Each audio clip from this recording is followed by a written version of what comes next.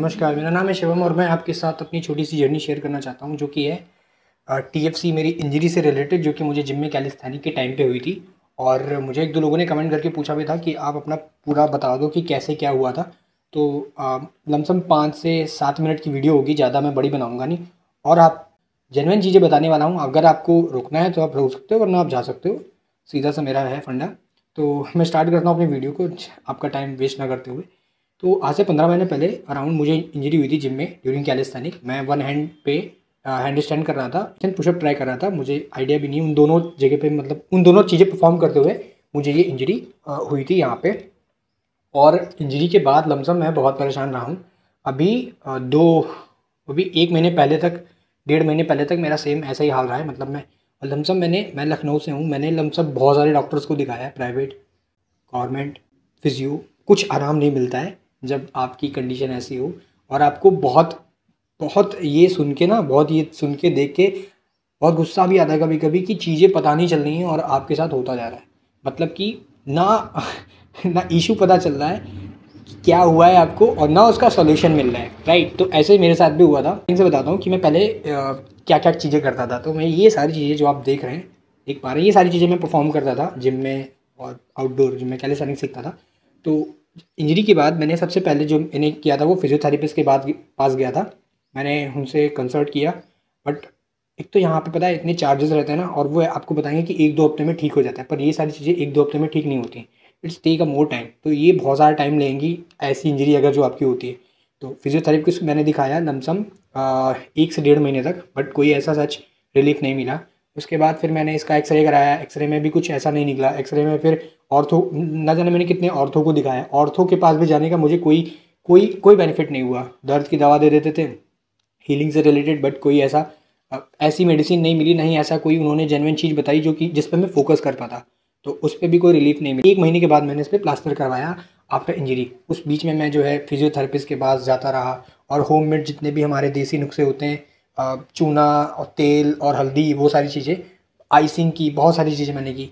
उस पर कोई रिलीफ नहीं मिला। उसके प्राइवेट डॉक्टर जहाँ मैं दिखा रहा था, उन्होंने बोला कि एक इंजेक्शन लगवा लो, स्टेरॉइड, जिसका नाम है कैनाकॉट। और वो मेरी सबसे बड़ी गलती थी, क्योंकि वो इंजेक्शन आपके जो है, और अगर आपको भी ये इंजरी हुई है तो मैं आपको रिकमेंड करना चाहता हूँ, मत लगवाना भाई ये सारे इंजेक्शंस।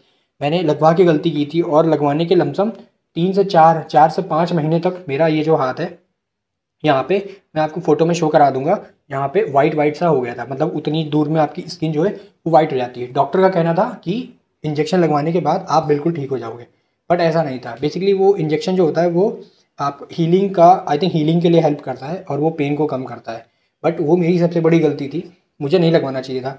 बाद में मैंने जब गवर्नमेंट हॉस्पिटल में जाके जब मैंने इसके बारे में पूछा, तो उन्होंने बोला ये आपने बहुत बड़ी गलती कर दी, किसने कहा लगवाने के लिए क्या।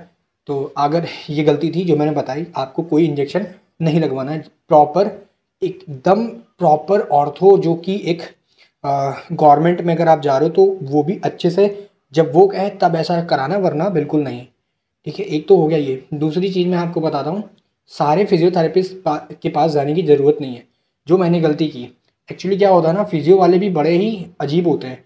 वो आपको तरह तरह की चीज़ें बताते हैं, बट उसमें आपके, भाई देखो, पैसे बहुत ख़त्म होते हैं ये सब इंजरी में। लमसम मैंने 30 से 35 हज़ार रुपये लगा चुका हूँ, कोई आराम नहीं मिल पाया था। फिर मैंने इसका एमआरआई कराया कि एग्जैक्ट पता चले कि टीयर है कहाँ पे, और अगर क्या बोलते हैं, लिगामेंट से रिलेटेड इशू है तो कहाँ पे कैसे कितना हुआ है। तो मैंने इसका एमआरआई कराया, बट वही चीज़, एमआरआई में भी कुछ नहीं निकला।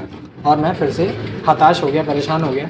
जाहिर सी बात है, जब आप इतना टाइम हो गया, अराउंड 6 महीने हो गए, 5 से 6 महीने हो गए, और आपको पता ही नहीं चल रहा कि प्रॉब्लम क्या है। और आपका हाथ अभी तो ये ऐसे हो रहा है, अभी ठीक है, बट उस टाइम पे ये हाथ सिर्फ इतना इतना, आप देख पाओगे तो सिर्फ इतना मूव होता था, प्रॉपर मूव भी नहीं होता था।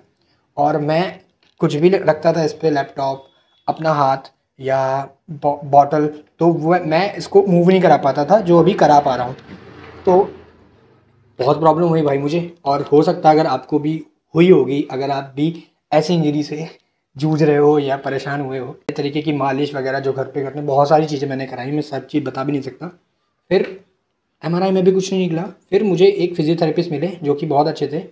विदाउट एनी चार्जेस उन्होंने मेरा ट्रीटमेंट किया ऐसे ही, और मुझे कुछ घर से एक्सरसाइज बताई, घर पे एक्सरसाइज बताई, बट लास्ट में उससे भी कोई रिलीफ नहीं मिला।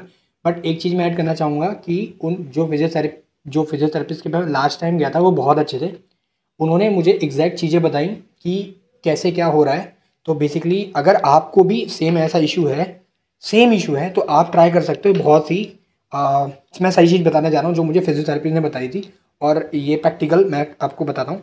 बेसिकली ये होता है, अगर आपको देख पा रहे होगे, ये हमारी होती है ब्रैchiयोडालिस मसल। ये ब्रैchiयोडालिस मसल जब आप ये मूव करोगे ना, ऐसे मूवमेंट करोगे, तो ये जो निखर के आ रही है यही है ब्रैchiयोडालिस मसल। आप when you press your brachioradialis muscle, जब आप इसको प्रेस करोगे, और तेज से प्रेस करना है। जब तेज से मैं प्रेस कर रहा था जैसा फिजियोथेरेपिस्ट ने बताया था, देन मैं जब कुछ भी उठा रहा था, कुछ भी एनीथिंग, तो वो पेन 80% कम हो जा रहा था। आप समझ रहे हो? जब भी मैं इस मसल को प्रेस कर रहा था, ब्रैchiयोडालिस मसल को, तो पेन ऑटोमेटिकली 80% कम हो जा रहा था और मैं हाथ उठा पा रहा था।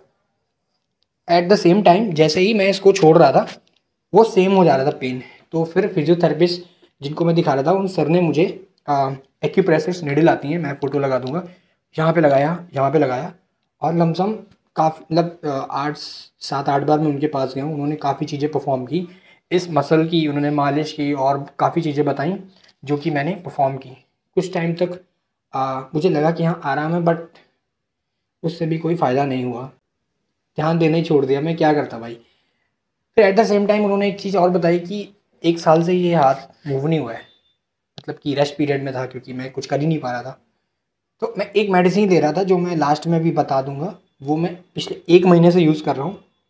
आयुर्वेदिक है वो, और बहुत अच्छी मेडिसिन है। अगर आपको और जानना है उसके बारे में तो मैं उसकी अलग से वीडियो छोटी सी बना दूंगा, और मैं उस मेडिसिन के बारे में बता दूंगा। बेसिकली मुझे एक किसी ने बताई थी उस मेडिसिन के बारे में।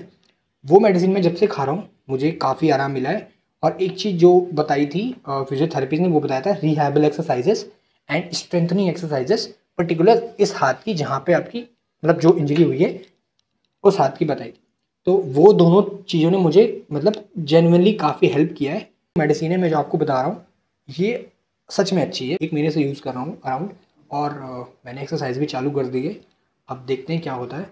तो ये वीडियो यहीं तक था, और मैं सारी चीज़ें बता दूंगा, लगा दूंगा कि मैंने क्या एक्सरे वगैरह सारी मेडिसिन।